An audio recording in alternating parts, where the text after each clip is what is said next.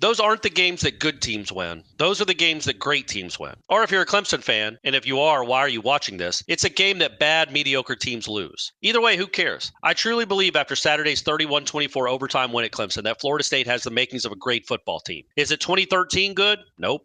Is it 1999 or 1993? Probably not.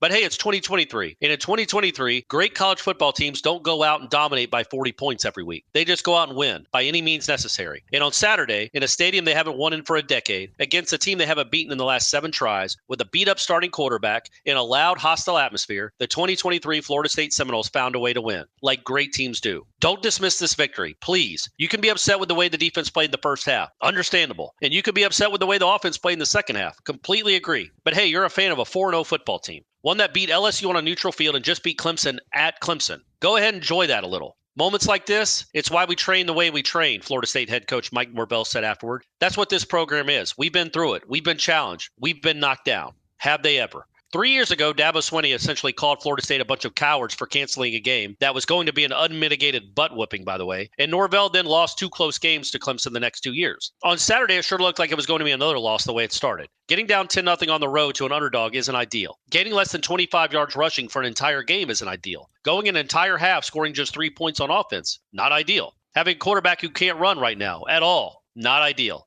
And yet, Jordan Travis made the throw he had to make at absolutely the right time, and Keon Coleman went out and made an NFL catch. That had to make this especially better for Dabo, right? That Coleman, a transfer portal kid, oh, the horror, wound up making the game-winning touchdown grab. But let's not focus on that right now. Let's focus on Jordan Travis. I don't know that I've ever felt better for a player I've covered than I felt for him after the game on Saturday. He was banged, bruised, clearly not himself. He clearly wasn't comfortable running at all, and he wasn't comfortable taking hits. And all he did was throw for over 280 yards and account for 3 total touchdowns, eclipsing Chris Weinke for the most in program history. The senior quarterback was asked after the game what he did when Clemson's 4th down pass in overtime fell incomplete. Honestly, I don't remember, Travis said. I was just so excited, so happy. I had tears coming down my face in the locker room. What a moment. What a player he has turned out to be. The kid that was an afterthought with the previous coaching staff, as well as the coaching staff at his previous institution, is 19-5 in his last 24 starts at quarterback, with wins over Miami, Florida, Oklahoma, LSU, and now, finally, Clemson. He's an absolute warrior, Norvell said. That's who he is. I love coaching that young man and just what he means to this program. Travis isn't a perfect quarterback. Florida State isn't a perfect football team. Who is? But man, oh man, after the depths Florida State fans had to endure, and much more importantly, the depths he had to endure, it's so flippin' sweet to see him win a game like this and get to celebrate a victory over another rival. It's big, man, Travis said of how this victory feels. Being a Florida State fan for so long, it feels so great. Travis credited his receivers, his coaches, his offensive line, everybody on the team for the win on Saturday. And clearly, he wasn't the only reason the Seminoles won. But man, he's the one I feel the best for. I remember what everyone thought about him 3 years ago.